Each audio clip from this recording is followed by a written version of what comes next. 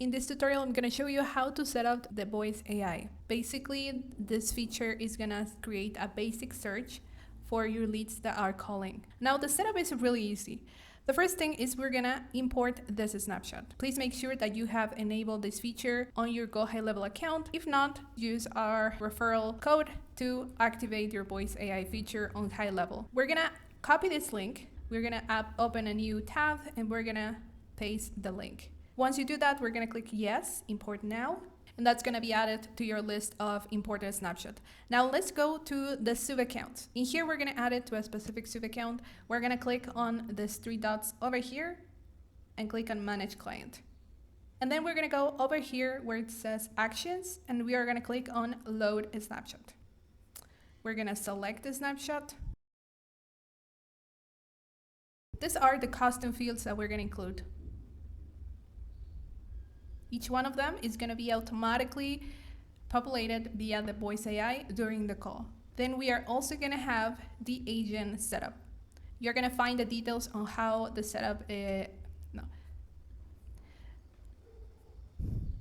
Now, also you're going to find the voice AI agent that is going to be preloaded on the snapshot. And the last thing is going to be this workflow. We're going to proceed, and this is going to import the snapshot to that sub account. So let's check it out. The voice AI is going to automatically trigger this workflow once the call is finished. Then we're going to see that we have a custom webhook. This is going to send the data and then come back with the information. In this case, the link URL. Here you're going to be able to find the key and the value for each one of the data that we can use to generate this basic search. So like I mentioned before, once the webhook comes back with that link with the basic search, that's going to populate this custom field, link voice AI. And we're going to map that field over our SMS message. So basically this is the SMS message the leads are going to receive once they finish the call. Now let's go back and we're going to click on settings, voice AI agents.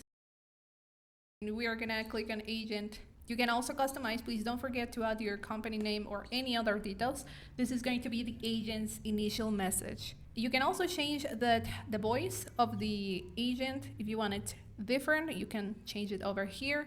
And let's move to agent goals. In here, you're going to find the prompt. This is the base prompt. Again, feel free to make the adjustments to make it better for your business.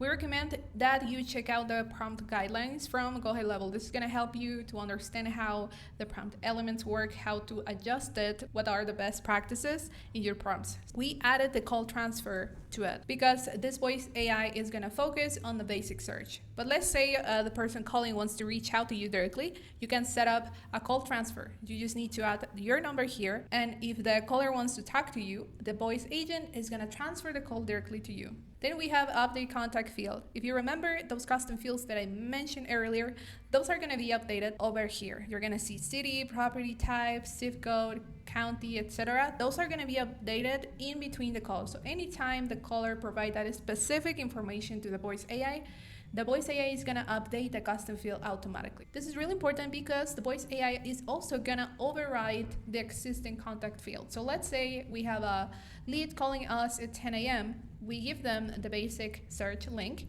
but then they call again in the next 30 minutes after that first call. The voice AI is going to override that data.